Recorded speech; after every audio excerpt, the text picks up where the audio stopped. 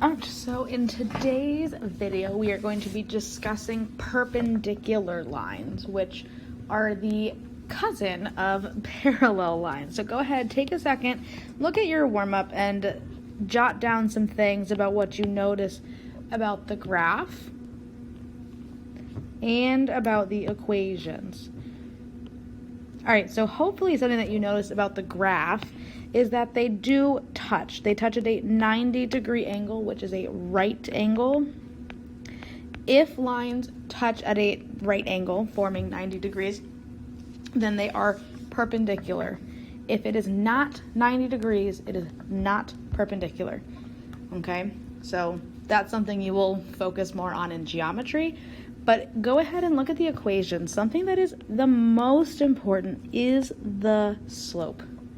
Okay, so the slope, we have to flip it and change the sign.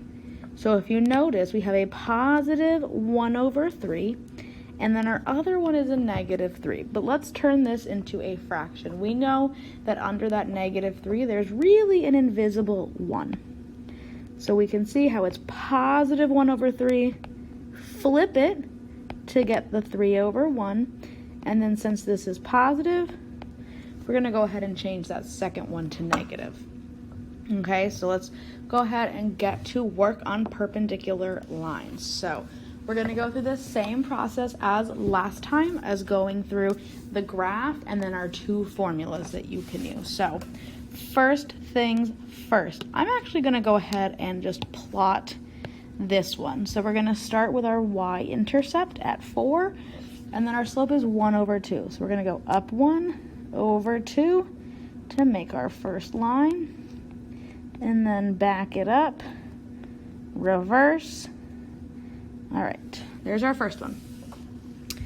For our new one, something I like to do is I like to write out our old slope and our new slope just to keep it organized. So our old slope right here is that positive 1/2.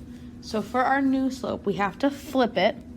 So that gives us 2/1, and then change the sign. So since our old slope is positive, our new slope is going to be negative. So negative 2/1. And then we look at the point that they gave us for our ordered pair. So let's go ahead and plot that line. First up, our point, and then our slope. -2 tells me we're going to go down 2, and then over 1.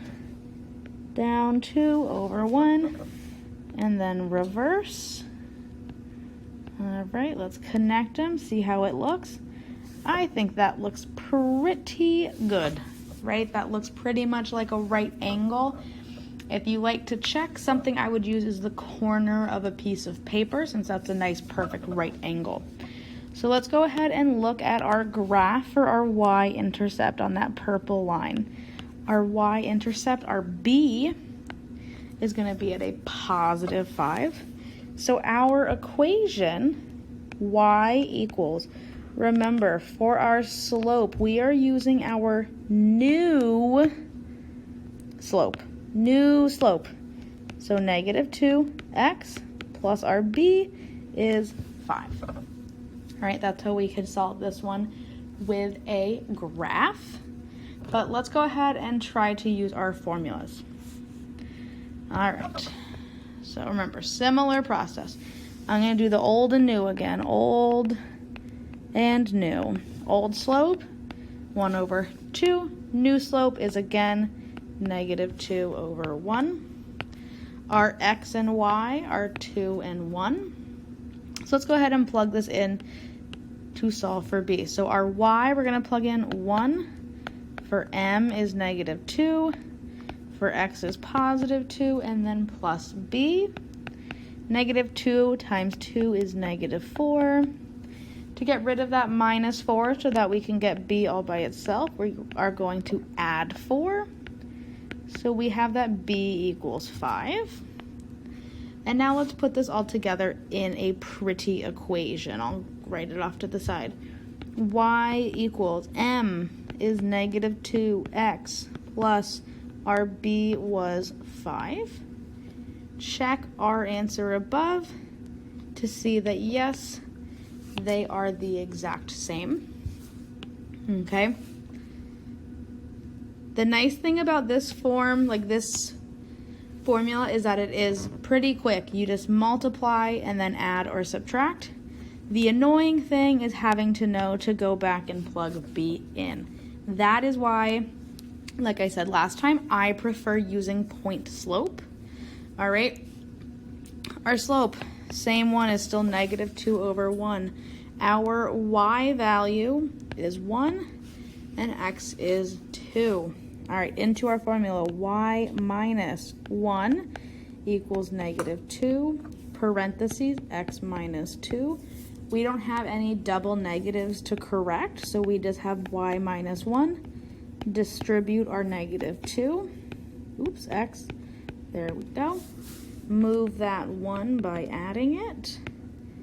So we have y equals -2x plus 5. All right, and that's the exact same answer that we have gotten before. So hopefully this is starting to click. Now you can go ahead and work on your Go Formative problems.